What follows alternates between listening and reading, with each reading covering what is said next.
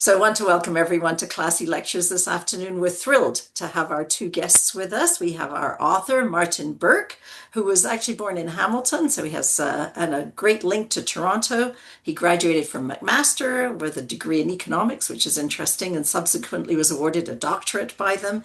At the beginning of his life as a journalist and photographer, he started out in Vietnam, and his experience there was just the beginning, I understand, of his writing and filmmaking career, and served as the background to his first novel, Laughing War, which was shortlisted for a Books in Canada First Novel Award. He's since worked, I think, in the film industry and has moved between novels, films, and documentaries with great alacrity. He's published six acclaimed novels. He's won the Peabody Award and the International Press Academic Auteur Award, and he's been nominated for Emmys. And for those of us that watched the Oscars yesterday, he had a nomination for an Oscar. You can read more about him online.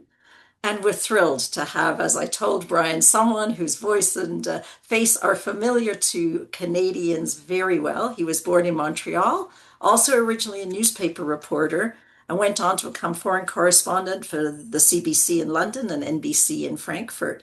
He was for decades one of Canada's really most prominent and well-known television journalists, and acclaimed for your foreign coverage for both the CBC in the National and the Journal, which is, I think, probably where many of us know you from. You've worked in 10 different war zones. You both share well, I don't know if it's an interest, but you'll tell us all about it in reporting from war areas and have translated that into wonderful novels and films. So with no further ado, please go ahead, and I'm going to ask Brian to start. Thank you very much, Sue. Martyn, you've had an astounding career in the most extraordinary places, highly dangerous, some of them, in extremely complex societies. And this novel I was really drawn to it. It takes us down into a kind of a vortex spinning into Berlin during the Nazi period and even into the war in ways that really, because you have seen the world, you have been in these terrifying situations, places, and you've met such characters, has a kind of credibility to it that really attracts me to your work. I must say, though, I thought I knew Berlin pretty well. I thought I'd studied the Weimar period. I thought I knew the Nazi period really well. But your novel, which centers around a gossip columnist seeing that situation and dealing with it in her own way, it astounded me. I mean, I never considered gossip columnists as a major player in that war. How did you come to that? I'm glad you never considered it, Brian, because when I was thinking about the book, I thought we've seen so much, we've read so much about World War II. And what started me thinking about writing this book, I, like you, had been to Berlin, had been to Germany many times, and I had no interest in writing any novel about it until one day I was in Berlin and I was looking at home movies that they took in the 20s and 30s. People had the old primitive Kodak cameras, I guess, or whatever they had over in Germany. And you saw home movies of families playing and picnicking and swimming and just going about ordinary life. And it hit me that there's a certain unknowing arrogance of hindsight because you look at these kind of images of people just enjoying everyday life. And you think, didn't they know what was about to happen to them? And of course, that is the unknowing arrogance of hindsight. We all can see clearly what was coming, what had come after that. But I thought of our own lives. And right now, if somebody were to take all the Facebook pages and the TikToks and all this stuff 60, 80 years from now, and maybe something is coming at us, they would say, wouldn't they have seen what's coming? Namely, wouldn't we have seen what's in front of us? A question that can be legitimately asked quite a bit these days. So I wanted to write a novel that was in some way going to show those people traversing that period from the hedonism, the decadence of the Weimar Republic, which is one of the most truly decadent periods in the history of mankind, in the 1920s in Berlin, and taking them through to the end of the war. and how best to do it. And I thought of a story I'd heard about a young woman who had got a job as a gossip columnist. And to me, that did two things. First of all, it was exactly what you referenced. It is not what people have seen about World War II before. But the second thing was taking this young woman, her name is Bella, who gets this job at Wasice Zeitung. I think I'm probably mangling that pronunciation, but it was the New York Times of Berlin. And they actually had a gossip column. And taking her through what would happen after the Nazis took over. And after the Nazis took over, her life would become hell because every word that she would have written would have been scrutinized. And if she displeased any of the Nazi hierarchy, as happened, her job, but then her life would be in incredible jeopardy. But that led to something else too, which I was fascinated by. Joseph Goebbels, the Minister of Public Enlightenment and Propaganda. Now, that's a real moniker for you, Public Enlightenment and Propaganda. Joseph Goebbels was truly the evil genius of the Third Reich. He basically he made Nazism an information movement. He not only took over all the newspapers, he fired the Jewish owners, took over their papers and drove them out of the country, number one, if they were lucky to get out. Number two, he created radios. Up until then, radios had only been held by a tiny section of the German population, the wealthy. He made them for everybody. So the Nazi propaganda was in every home. But the third thing was Goebbels took over the movie business, and the movie business in Berlin, in Germany, was vast. It easily equaled Warner Brothers and MGM in those days of Hollywood, the great days of Hollywood, and he controlled all the information. So this young woman, Bella, would be putting out gossip which became semi-official information because it was the only truth that was coming out. So she pumps it out from the hiding place. And that became the basis of the story. That's right. And there were several references in here to the effect that uh, gossip could have on societies and or missed having a chance of. There's one quote from a historian that it became under censorship almost a sign. It's what people waited for and listened to. They were waiting for gossip because they didn't trust the censorship anymore. And we've all been in societies where you realize that nobody here trusts anything coming out of the official mouth. Therefore, that gives enormous power to the gossip columnists. Yeah, you and I were talking about, you and I have talked about this before. If you have an authoritarian, a totalitarian society, they will issue the truth, what they call the truth. And that's the official version. People know what's really happening, which is somewhere down below, and the space between the official version and reality becomes gossip. And that gossip comes out in all kinds of ways. I think in your career, you've seen it not only in obviously neither you nor I saw it in Germany, but you've seen it in these other countries. The Soviet Union, for sure, the Samizdat publications that would go out in Russia and Czechoslovakia and Poland, gossip was really what people kept an ear open for because they wanted to see the weaknesses of those people in power. They kept telling them every day, this is the truth, this is what you have to believe. And then suddenly they start hearing gossip about, wait, doesn't he have a mistress on the side? Who is this guy to be telling me? And that sort of started to work its way in the Nazi regime too, where more and more people saw they were clay feet, a lot of these people in jackboots had. That is exactly the power that I was just reading a book that referenced how the British public loved getting gossip about Nazi leaders. And there was a thing that said the British public were obsessed just spending time finding out about the psychology, the physiology, the quirks and all the weaknesses of all the Nazi leaders. And it would spread all over Britain.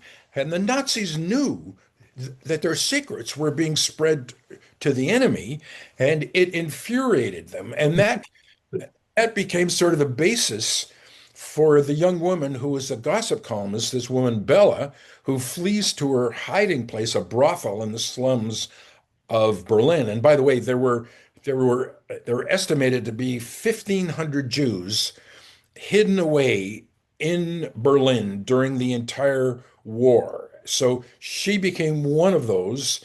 And from her hiding place in the brothel, she puts out information that she hears about Joseph Goebbels. And Joseph Goebbels was a gift in that sense that kept on giving because he was the Harvey Weinstein of his day. I mean, he went after every young actress he could find. He even had a house built in the forest where he could take young actresses. So Bella from the hiding place hears all this stuff and pumps it out by word of mouth gossip. And that's what spreads not only through Berlin, but to other places, and much to the glee of the British public, and then rebounds to the fury of the Nazi hierarchy. Right. So, And the BBC were pumping out gossip back to Germany's that they were picking up, and it was just driving them nuts. What you had an interesting point where Bella is in the office before the Nazis trash the place and drive her out. Her wonderful editor, Langen, I think it's Mr. Langen, where she gets in an argument with people in the office who are just dismissing her job as a gossip columnist. And she says at one stage, if Germany had only had gossip before World War One, we wouldn't have got in World War One. If Germans had heard of all the silly weaknesses of the Kaiser Wilhelm and his fixation with Queen Victoria of all people, they would be much less likely to have marched to the front. And there is a truth in that the more you cave down these imperial figures, these dictatorships, these tyrants, the more people start to say, well, wait a minute, what am I going to risk my life for here after all?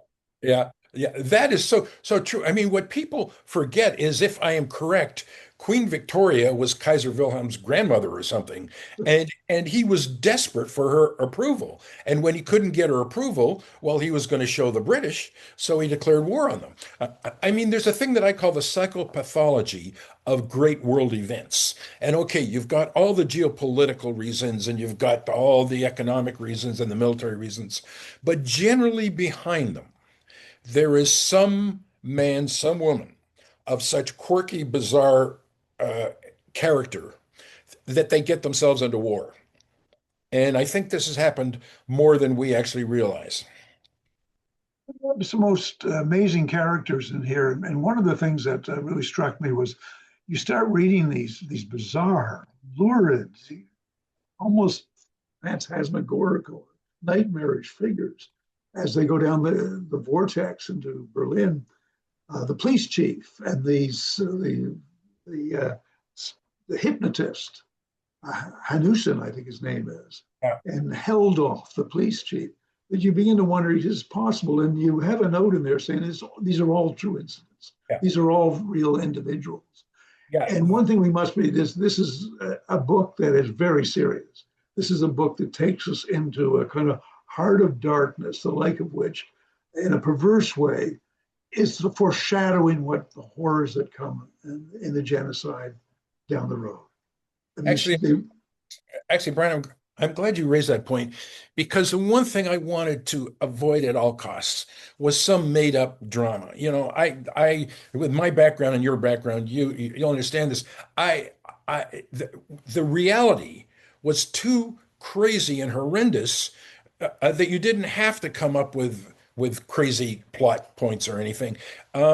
I researched the hell out of this thing. I mean, I try and live my novels to some extent, as much as one can in certain circumstances before I write them.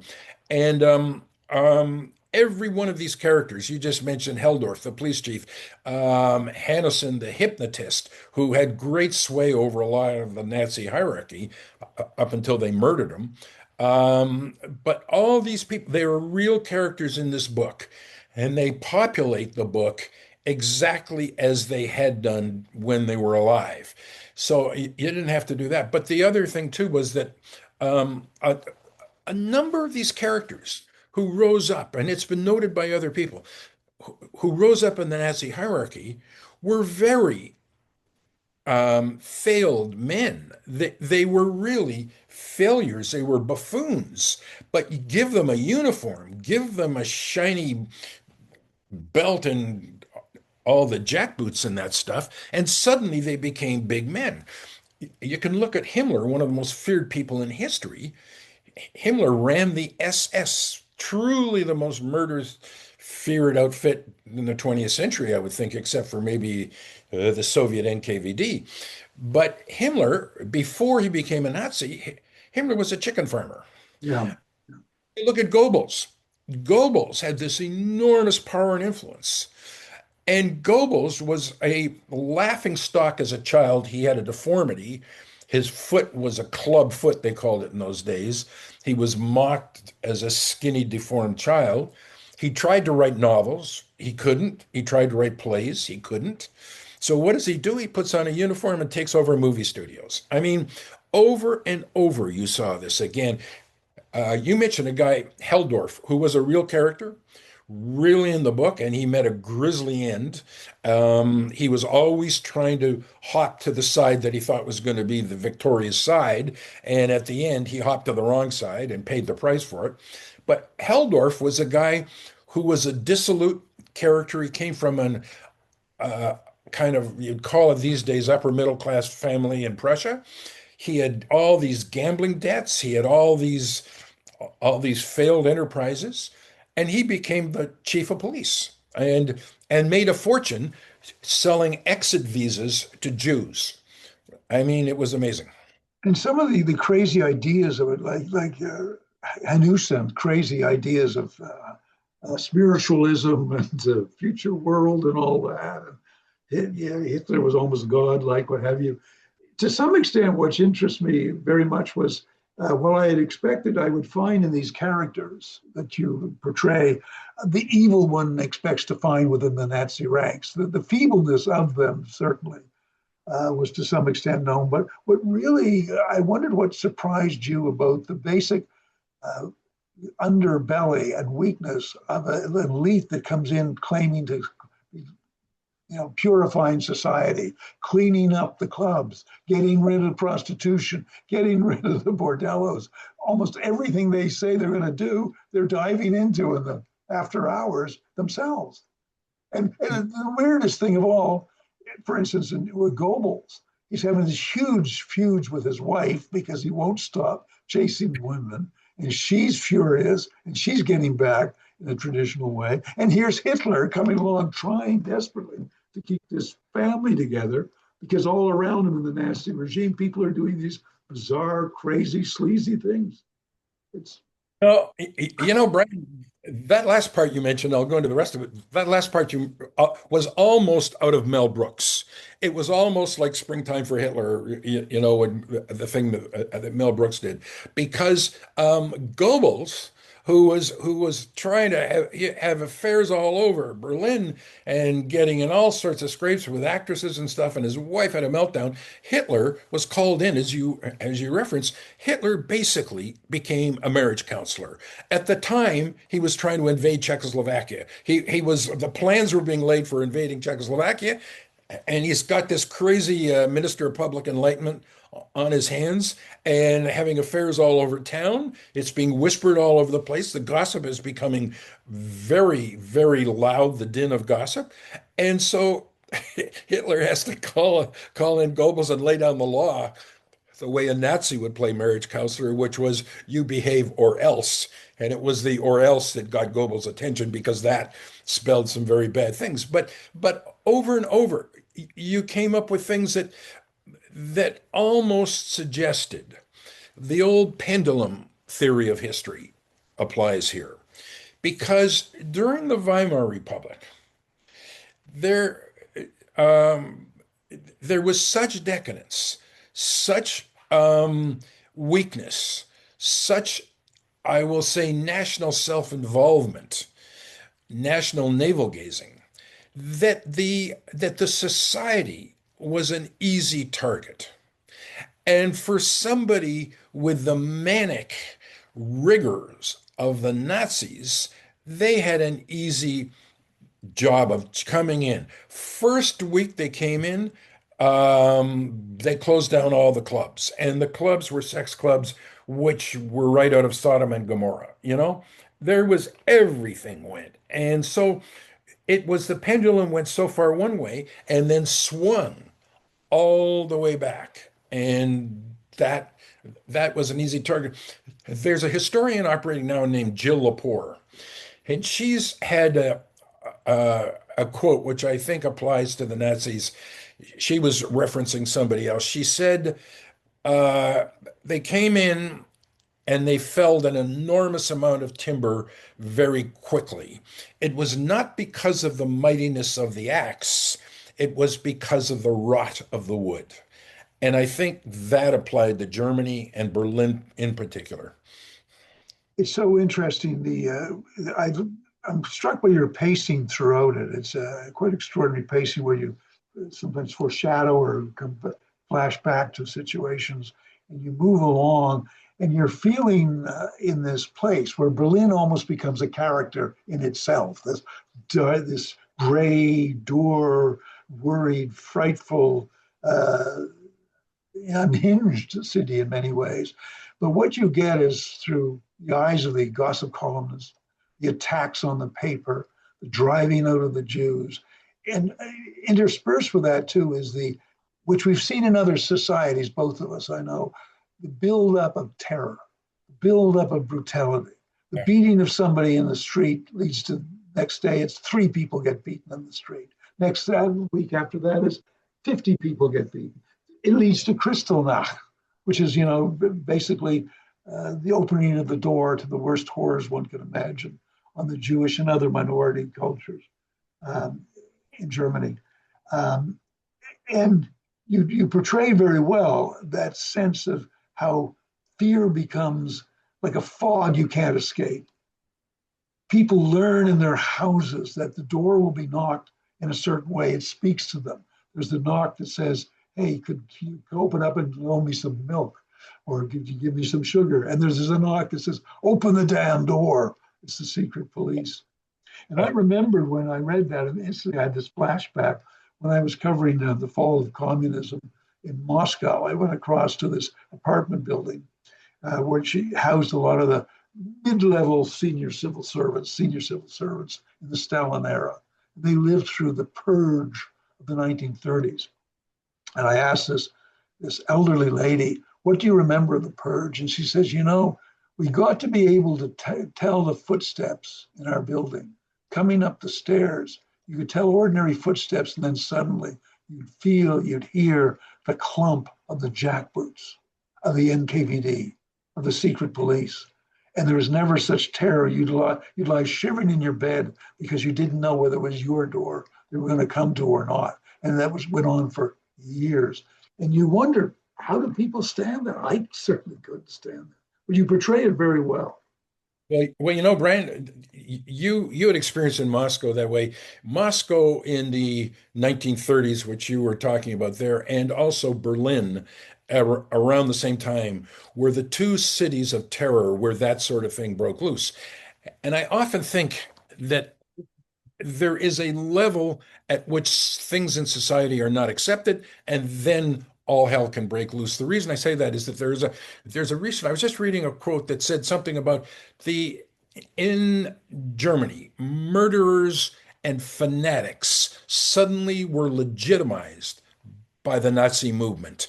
And Nazism released people from the normal constraints that a society imposes on violent and abusive behavior. Suddenly, if the Nazis or in the Soviet Union, the NKVD back then, but if those societies suddenly normalize brutality, then that level of fear is ramped up, just what you're talking. Everything is permissible on the part of the authorities. There are no more restraints, and it is the fanatics and the murderers who rule, and that becomes the norm. And I think that's one thing you always have to look out for.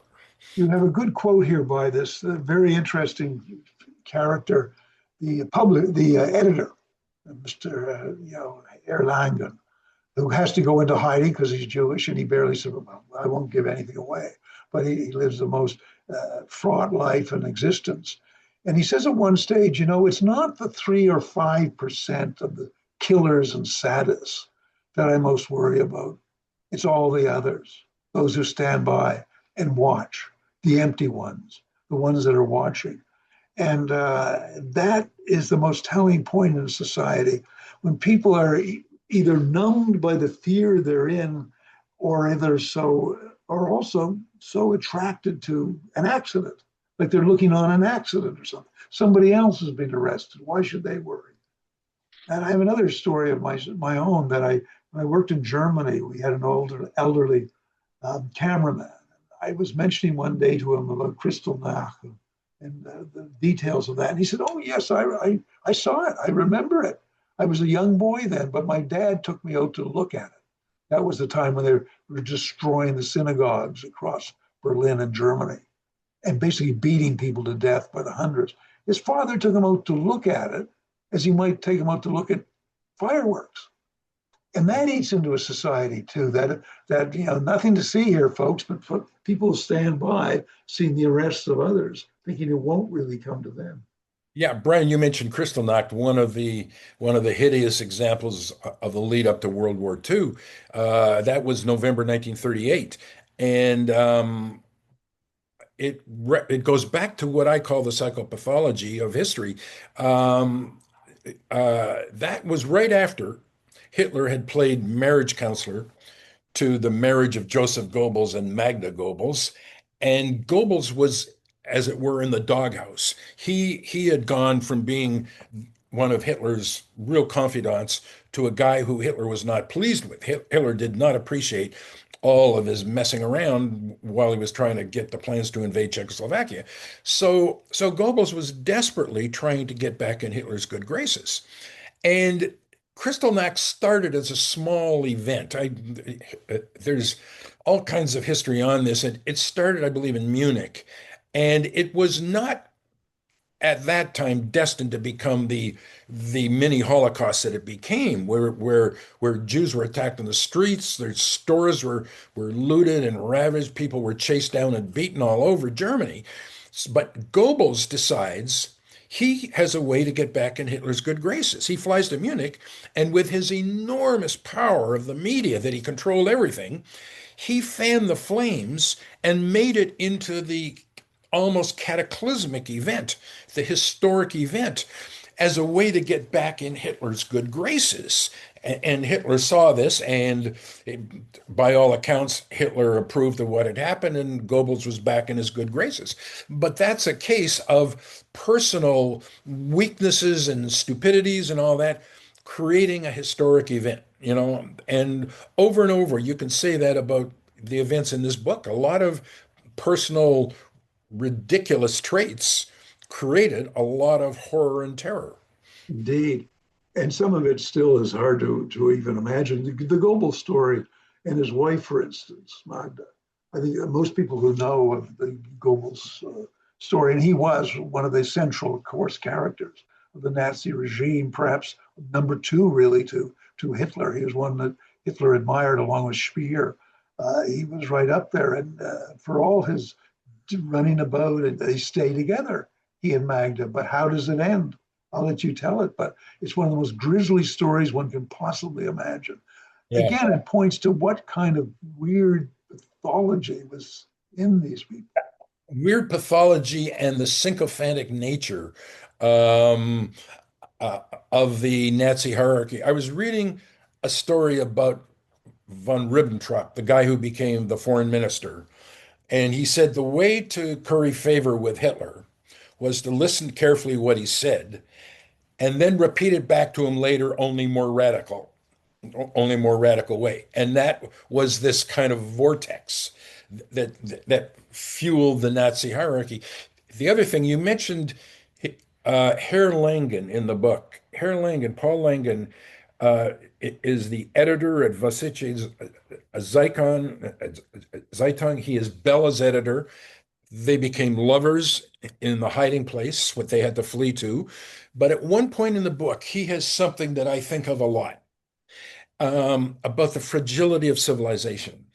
And he goes over to a bookcase. He's trying to tell Bella how fraught the situation is, how perilous the situation that they're in is. And so he goes to a bookcase, a beautiful old antique bookcase with beautiful burl walnut wood, and everything looks gorgeous. And he says to her, "What do you see?"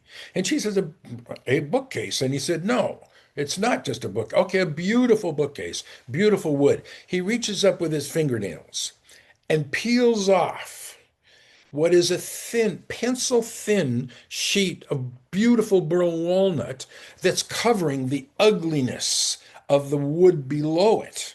And this beautiful bookcase was really just a facade and an ugly structure underneath. And he said, that is civilization. Peel off the veneer and bad things happen. And that's when Bella starts to really understand what she's in for, what's about to befall her. In the Bella story, she's linked to a very interesting character, to her sister, Karen, who is a complete her opposite. Bella's curious. She's has a great social conscience. She's rather plain as she sees herself. And there is this strange, ethereal sister, Karen, who is gorgeous, but absolutely a sleepwalker through society, it seems.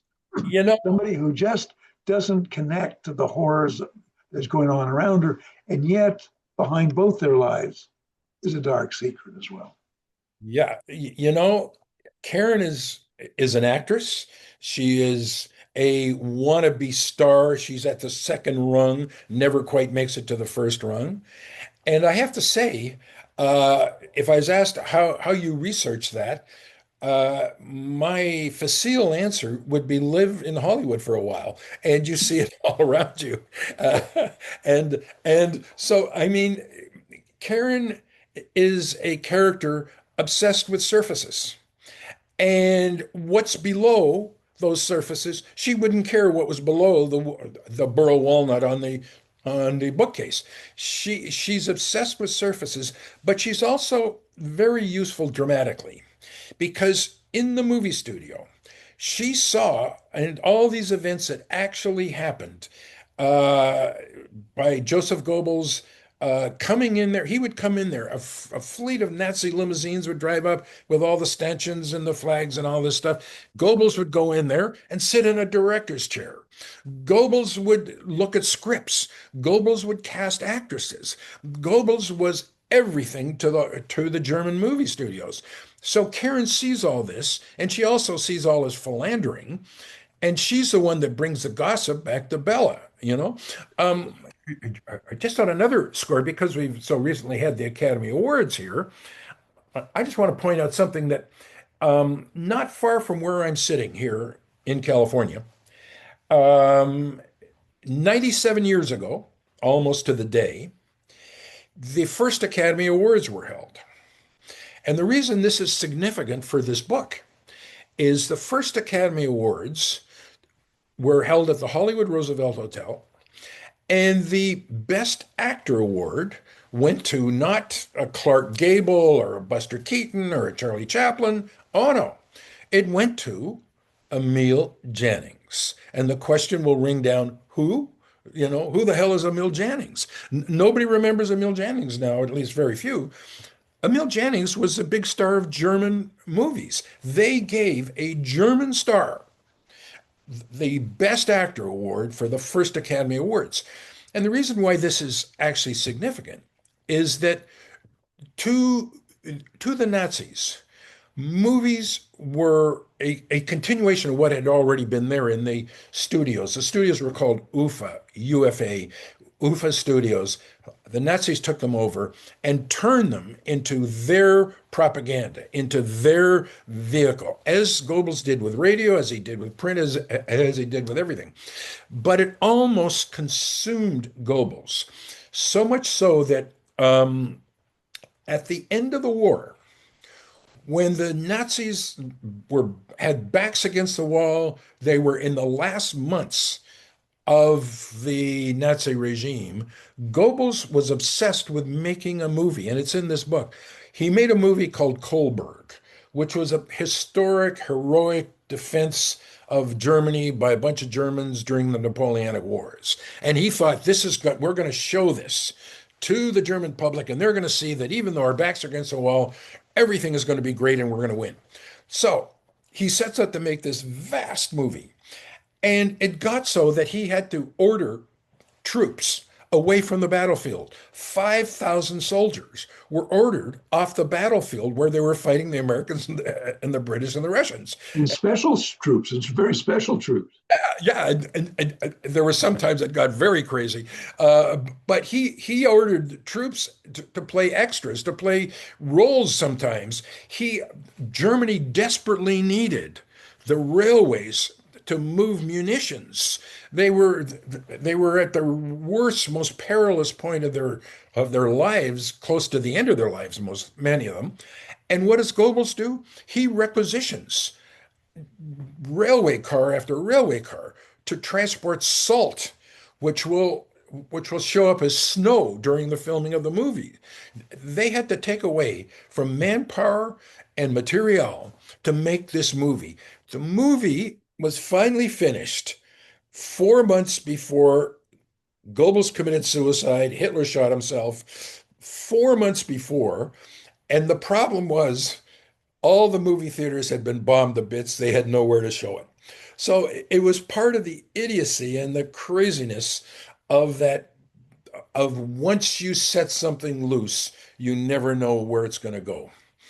Right, and how even the proudest institutions of the state can be broken. I mean, the German film industry was such an extraordinary center of quality and fine works. Actually, I speak right above our site here as a poster of Metropolis by Fritz Lang.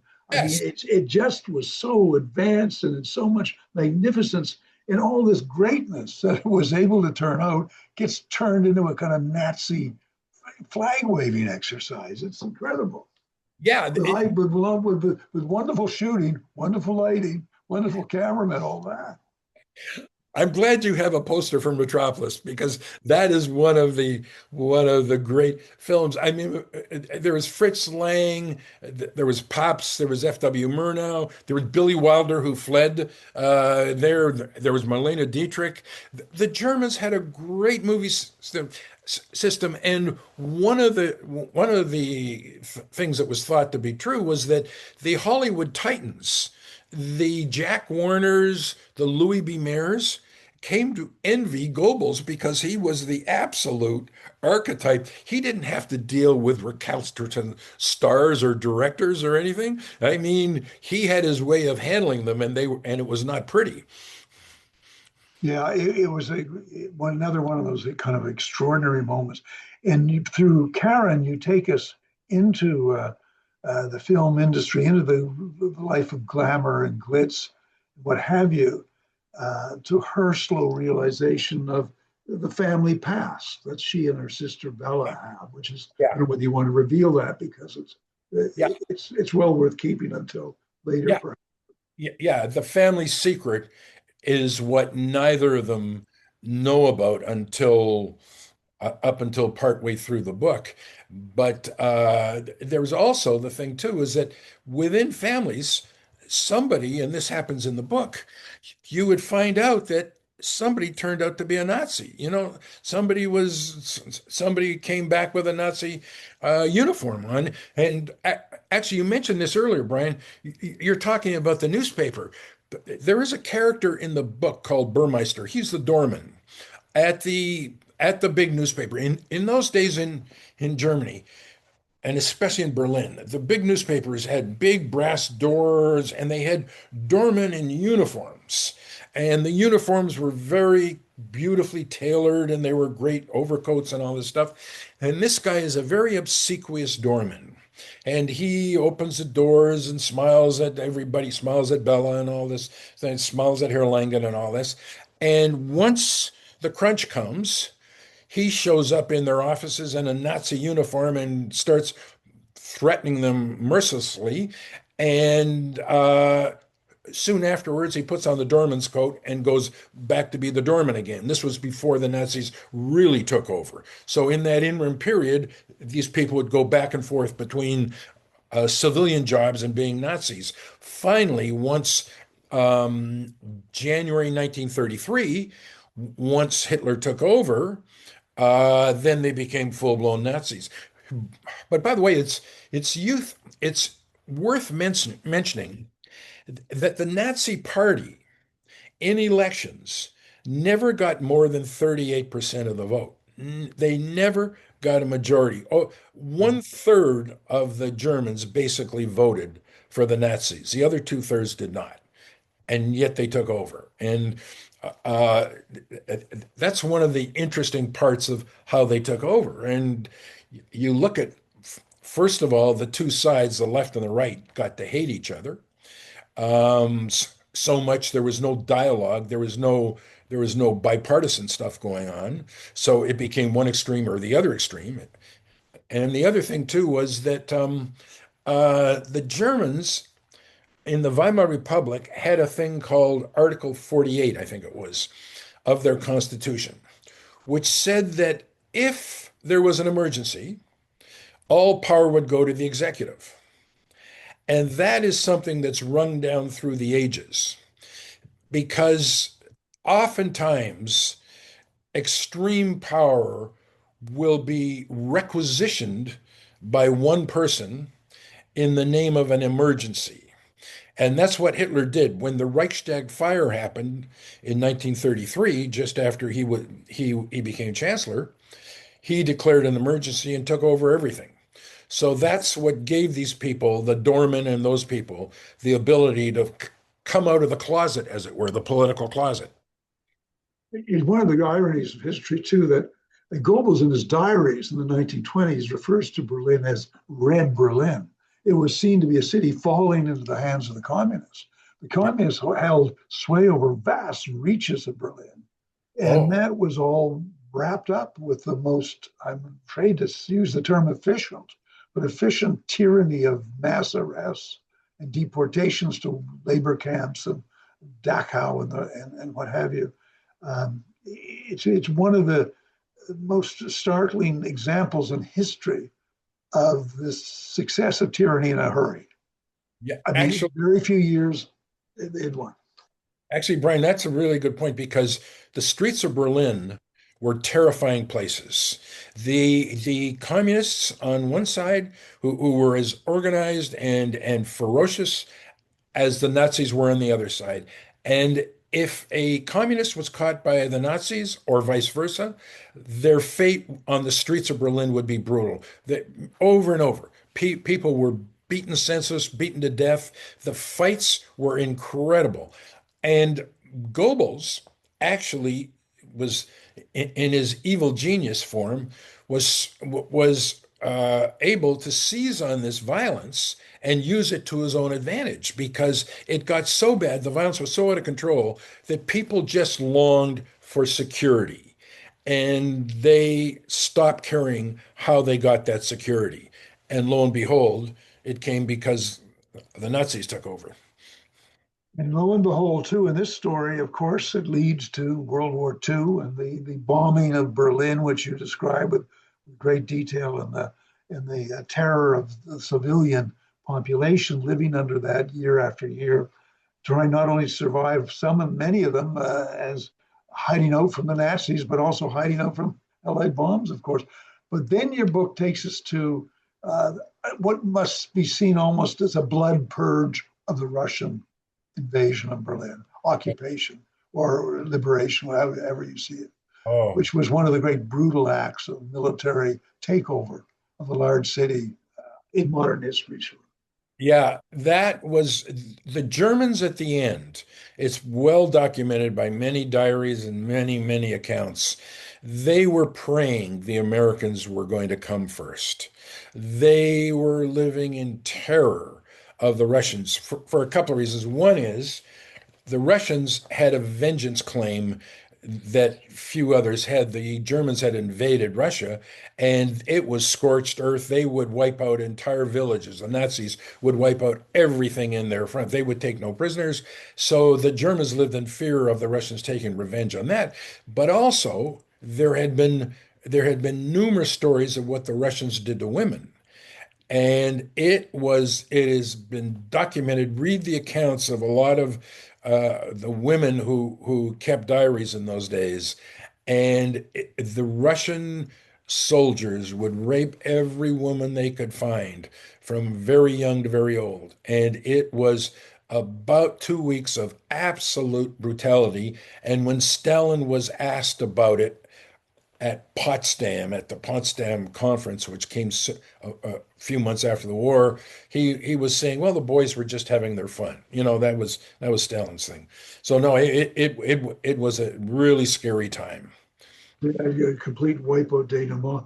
In the time we have left, Martyn, I'd like to ask you a bit of professional stuff, like the writing style. You have a very, I wouldn't say filmic, but I'd film cinema style because I don't know cinema style. But you move from scene to scene so well. I wonder if you had some sort of cinematic.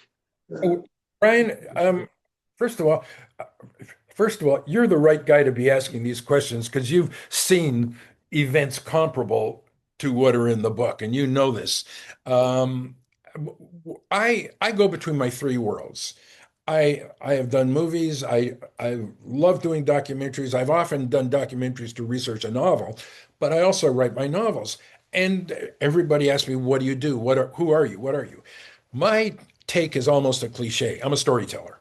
So, but to answer your question in a kind of roundabout way, I believe in having stories, and you have to, as serious as this is, and underneath this is all very serious, but first and foremost, you have to entertain, and you have to make people want to keep reading. You can't lecture, you can't go into didactic prose that goes on and on. This is fiction, and I'm a believer in the old time fiction of storytelling. And if I can't do it as a story that you want to keep turning the pages for, then I failed. And if I can't at the same time do it as hitting themes and topics that will be in some ways kind of eternal, in some ways we all need to realize or look at, then I've also failed. So I aim for those two. And like you, Brian, I have been around the world, seen all kinds of countries, and you probably had the same experience I did coming back to Canada because you've seen it all. I would come back to Canada and say, thank you, God, for Canada. Um, and it was because you'd see countries where either corruption or brutality or something had metastasized. And you've seen these kind of failed countries, and once it metastasizes, it's hard to get out of that society. And so, without being, as I said, without being didactic or lecturing about it, I want stories that mean something and entertain. So that was the best I could answer that. Well, you're certainly true. I mean, we live in a world now where the number of failed states is constantly increasing, and those states that fail have a harder time coming out of failure than even in the past. So it's a dire situation. But your style is not an easy one because you have characters coming in and then leaving and coming back, and it all has to flow. I mean, it must be rather. I mean, it's something you're used to, but not many writers would be able to juggle so many balls in the air, I think, at the same time. It's like juggling six balls in the air at the same invisible ones in the Right. while you're walking around talking to friends, going out. It's all in your head, and it's not easy being that juggler. Let me tell you. And then what about the research part? At what point do you start saying, I've done enough, this is enough, this is enough? I got to start writing now. I got to get on with it. My attitude is research the hell out of something and then shove it aside. There's a great quote by the guy that wrote, here in LA, they'd call it the French lieutenant's women, but we call it the French lieutenant's woman, that wrote the Magus and a bunch of other great novels, John Fowles. John Fowles used to research everything. But John Fowles said, writing to your research is like swimming in a straitjacket. At some point, you just have to have that research in your subconscious and throw it aside because otherwise you write an academic essay. Otherwise, you write something that is just not entertaining and the characters. the characters will start to fit your agenda as opposed to their own dynamics. It always reminds me when I'm in that awful stage of being swamped by research of going to my school days when I faced an exam and staying up till 3 in the morning with it, and endlessly. I realized it's drowning me. I'm going to drown in this research unless I throw it aside. And you have to do that when you're right. Yeah, yeah, you can drown in your own research. What about your attachment to certain characters? And do some of them, do certain characters become to you fall particularly for, or It's how do you interesting. react? You're writing this kind of thing.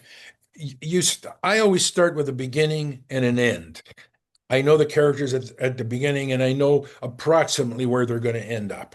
But sometimes the characters take on a life of their own. And I don't mean to get too artisty about it, but sometimes the characters make demands on you, the author, and they more or less have their way of saying to you, no, you're making me do something I would never do. And it gets kind of precious. I understand this kind of thing, but nonetheless, it's a reality while you're writing. I thought one of your high wire acts in a way in this was the treatment of Karen. I kept wondering when she was going to do a switch, when she was going to switch to seeing the world outside as it really was, rather than this sleepwalker's uh, panorama she's going through. But you do it at the right time. I'm just saying that must have been rather difficult to choose when you change this character. Brian, I've got the worst of all possible answers for when is Karen going to actually reveal what she knows and who she is. She will do that in the sequel. I've already finished the sequel to the Gossip Columnist, and there are only two characters that make it from the sequel, and she is one of them.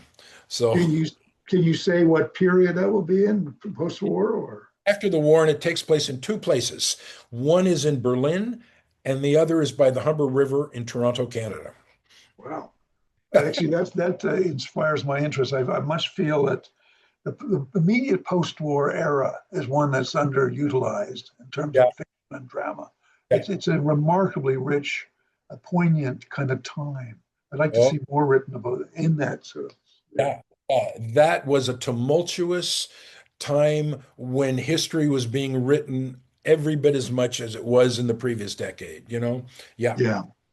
So looking back, any regrets in the writing? I asked myself that after the book I wrote, and I only came to I wish I could have half a page more. That was all I could say.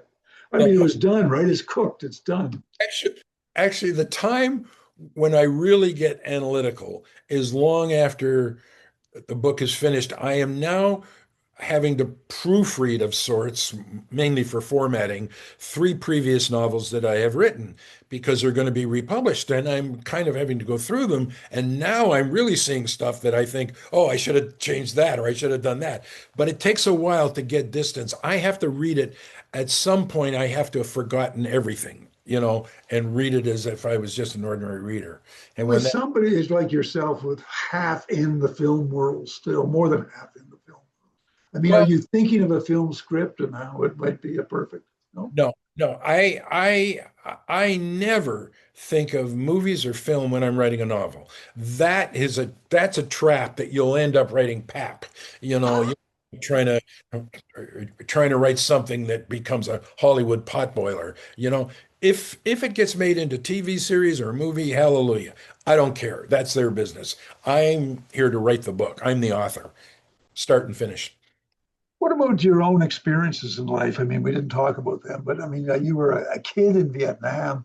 You were in Afghanistan with the Mujahideen, a particularly perilous time. When you look back on that now, what do you feel about those moments of danger? Are you glad you were there, or you kind of wish you weren't? Yeah, I am very glad I was there. You learn as you have experienced in your travels and in your adventures in hairy places, you learn a lot about yourself, number one. You learn about I I, for instance, when I was in Afghanistan, I was there traveling with the Mujahideen and attacking the Soviets in those days. And I never stopped being scared. I mean, the idea I was reading bravery. The definition of bravery is not the absence of fear, it's the management of fear. And anybody I know would be crazy not to be very, very afraid and nervous. And but you learn a lot about life. You learn a lot about other cultures and countries, and you see moments, horrendous moments, as you know, and sometimes moments of incredible transcendent tenderness. I mean, you see the human continuum of emotions writ large in warfare. You know it because you've been in a lot of wars and you've seen it equally as much or more than I have. And the Gossip Columnist brings that out with some of the amazingly positive people and personalities. I've often been asked, probably more than any other question in my life, did you see a lot of evil? Did you run into a lot of evil people? And I said, yes, but I also ran into a lot of saints, the kind Yeah. of people you just don't run into in ordinary life, the kind Yes. of people you look at them and say, how do they have the courage to do that? I mean, I could never, ever Yeah. imagine that stuff. I, Exactly.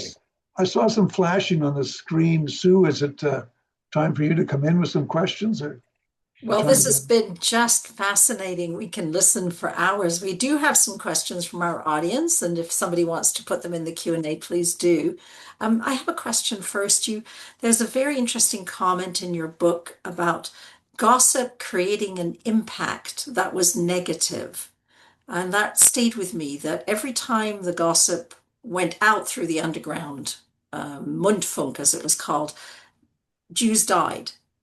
Can you comment on the responsibility of gossip columnists? Well, that was not as quite as literal as we just said. What they meant by that was that no matter what you did in wartime, there was always a price to be paid somehow.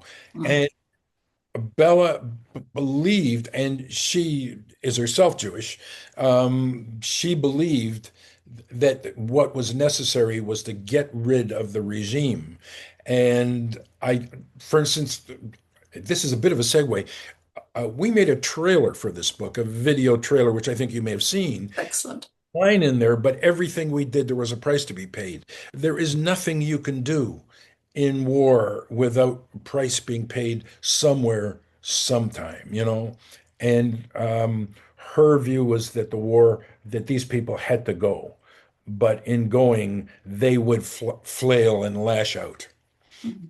Okay, thank you. You've got, I think, what is a very relevant question from Anna. You could be talking about the events in the world today. Can you comment if you see a similarity? Yes, go ahead. Maybe, yeah, I'll let Martyn and then Brian comment because I think you both must feel it. I, I'm asked that a lot, and uh, I point to similarities like the fact that the Congress, both in Berlin and say here in America, perhaps, became a useless body in a lot of ways. Power was concentrated, and on and on. But my job is not to become a pundit right now for contemporary things. My job is to tell you, show you, entertain you in the hopefully the most significant way as to what has happened before. And you, the reader, will probably spot things that you might want to say, wow, this sounds like now, or this could this be now?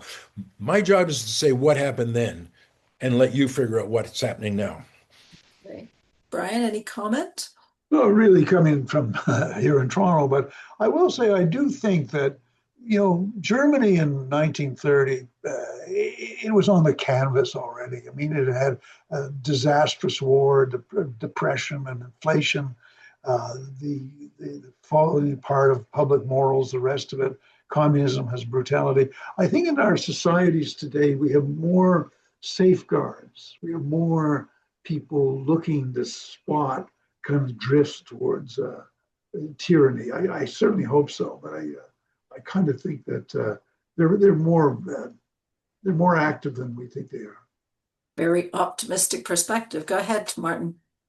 So I was just going to say, to further talk about your question, having written about that period, it makes my antennae really out there and active for what is happening now, you know?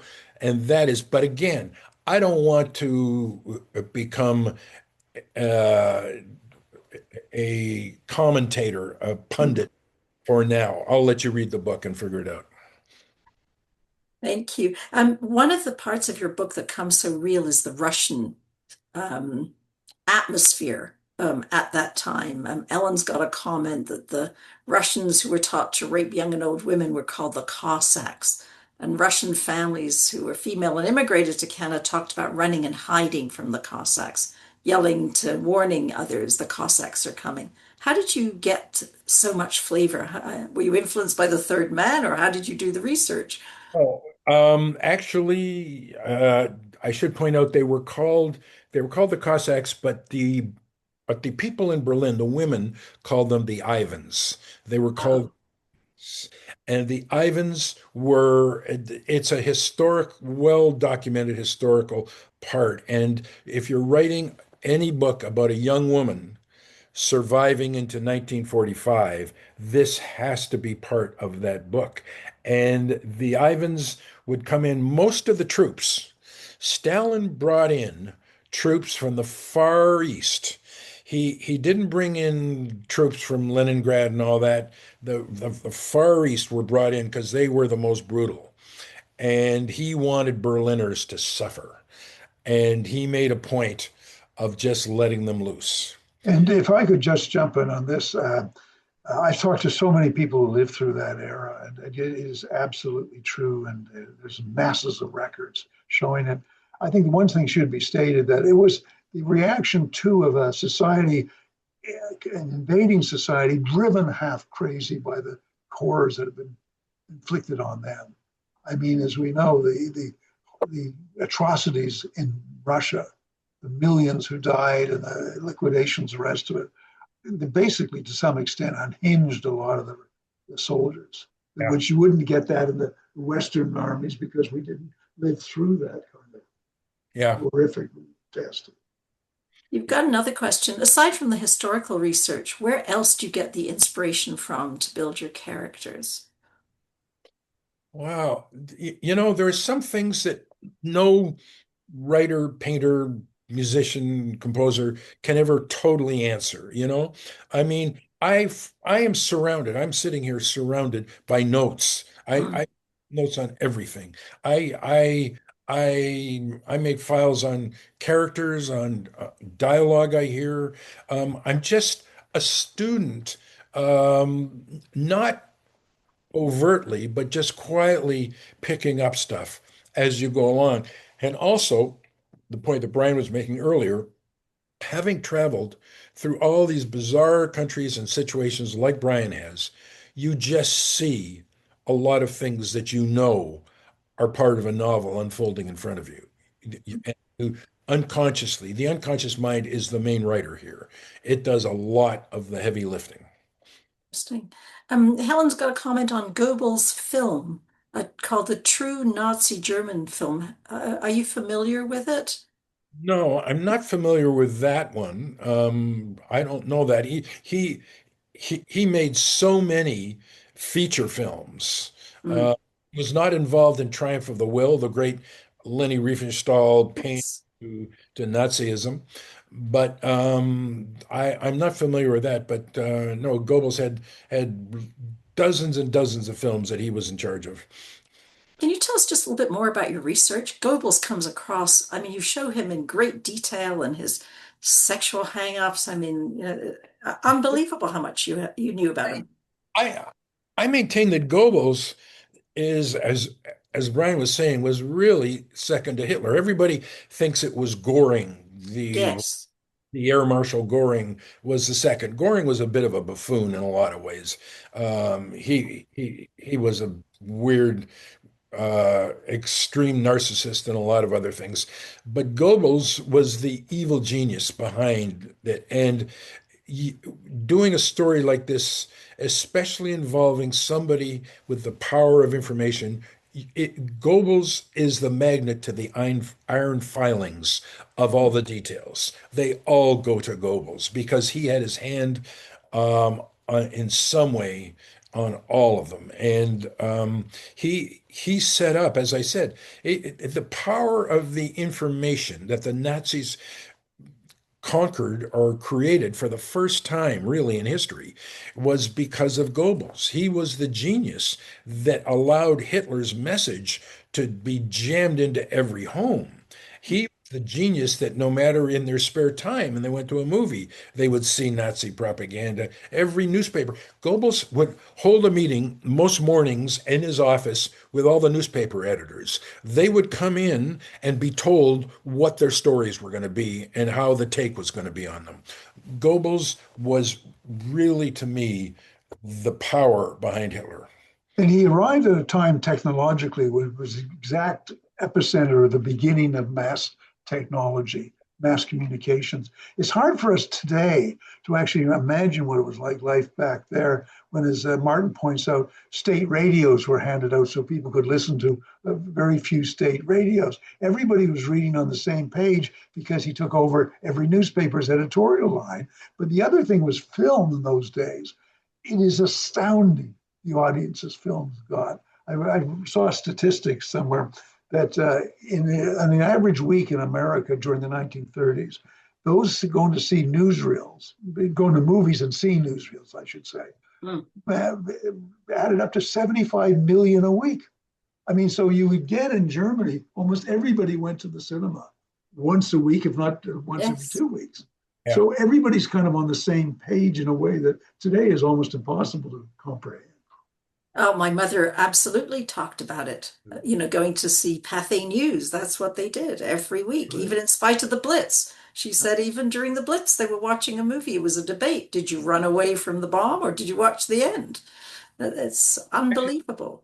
So Um, that's a very good point because most of the historic footage that we now look at to look back on those days came from newsreels. I mean, yes, where it came from. absolutely. So I'm just going to see You if know, there's any and last questions. Go ahead, Martyn. Sorry, Brian, go ahead. I was going to say it's interesting. Germany had a functioning TV network on air during the last years of the 1930s and into the war. Fortunately for the world, it didn't get to take over the whole country. I think we're going to end with this last question. Something I was thinking about. How do you find humor, Martyn, even in these most atrocious situations? I go back to a very simplistic thing. When I was a little boy, my mother was from Britain and she was an actress in some local plays in Toronto. And she had the two faces of drama hung on our wall. The Hmm. frowning face and the laughing face, tragedy and comedy. And with reference to situations that I've been in and Brian's been in, you often find in some of the worst moments, there's something bizarre comedy or something. Give you an example. Years ago, I did a series of documentaries about organized crime. Hmm. Yes. We had hair-raising, scary things, and I had a cameraman. He was a Yugoslavian cameraman, and I could count on him when we were most tense, most terrified. He would come out with some stupid joke, would make us all crack up and relieve the tension. Sometimes they're the different sides of the same face. So I view them as being joined in that way. Brian, any comment? No, I think Martyn has an absolute wonderful technique of that. Yes. I wish I could use it more in my news, but it's not appropriate for what I do, I'm afraid. We'll I'm work on it, not Brian. We'll work sure. on it. There's the plan. We'd like to maintain a sense of humor about today's world, and I think when you read this, you just have to rethink your perspective. Well, so one thing that's related to both tragedy and comedy is absurdity. And Mm, absurdity is both serious and humorous at the same time. So correct. absurdity is what I sort of look for. That's fantastic. Well, please hold the book up one more time. It's called The Gossip Columnist. It's a fantastic read. It's really both the history and a lot of thought-provoking ideas. I really enjoyed it. Thank you both for, you made me feel very privileged. I've been delighted to found Classy Lectures, and we have great programming every week. But thank you both so much for coming. And don't forget to buy the book. We support independent bookstores. We did do a draw, then I'll let the winners be notified by email because you can't see my crystal ball. So I've been accused of fixing it, so I would have had you draw. So thank you both so very, very much. It was a Thank pleasure, you. There you real go. privilege to have you with us.